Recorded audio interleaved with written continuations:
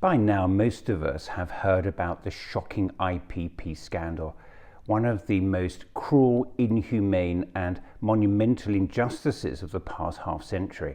A scandal which has claimed the lives of more than 90 people serving these sentences in prison.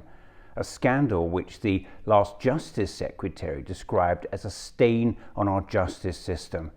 And you would be hard-pressed to find any parliamentarian to disagree. In fact, Lord Blunkett, the Labour Home Secretary who introduced the sentences, now regrets them. There are times in life when you put your hands up. I got my part of it wrong. IPPs, or imprisonment for public protection sentences, to give them their full title, were designed to be given to serious offenders whose crimes didn't warrant a whole life sentence. The problem is IPPs were given out far more widely than initially anticipated. And in many cases, they were given to people who had committed low-level crimes. Hold on to your seats.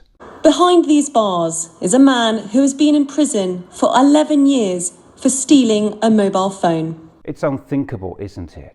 Yet it's happening in this country right now. In any sensible world, spending 16 years in jail for stealing a flower pot seems ridiculous, yet it has happened here, under what are called imprisonment for public protection sentences. It's completely insane.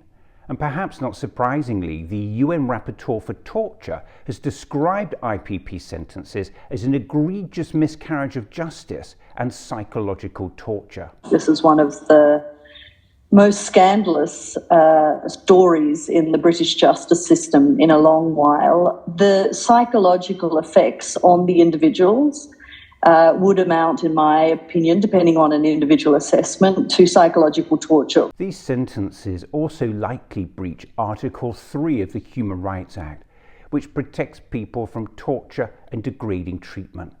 Just think about that. IPPs were rightly abolished over a decade ago, but not retrospectively. And you'll be staggered to know that in March 2025, there were more than 2,500 people still serving these cruel and inhumane sentences from behind bars.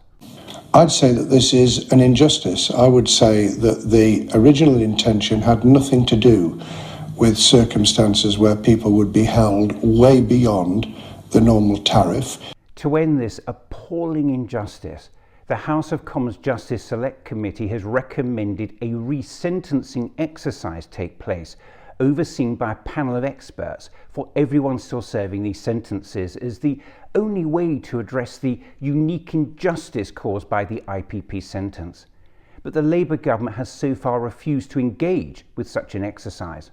Let me just say we are not considering a resentencing exercise for IPP prisoners because that would automatically release a number of people who we do not believe would be safe to release. It's simply not true for the government to say a resentencing exercise would automatically release a number of people who we do not believe would be safe to release. The resentencing exercise recommended by the House of Commons Justice Select Committee would be overseen by a panel of experts who would explore how resentencing could happen in a timely way, but one that would not jeopardise public protection. So it doesn't mean immediate and automatic release, as the Justice Secretary wrongly suggests. Now, a fresh attempt to end the IPP scandal once and for all has been launched in the form of a private member's bill by Labour peer Lord Woodley, the Imprisonment for Public Protection Resentencing Bill. I recently spoke to Lord Woodley about the importance of his bill. We've got a right as human beings to try and get things right, and that's why it's really important now that we force government to take action and resentence these people who've got no hope in life whatsoever at the moment. If Lord Woodley's bill becomes law, it will place the Justice Secretary under a legal obligation to ensure that all those serving an IPP sentence, whether in prison or in the community, are retrospectively given a determinate sentence. In short, if we fail to act now, we face the collapse of the criminal justice system and a total breakdown of law and order. So for heaven's sake, get behind Lord Woodley's bill. If our prisons are at breaking point, why on earth are prisoners given a 12-month sentence still there 19 years later, whilst others are released early? It's completely nonsensical.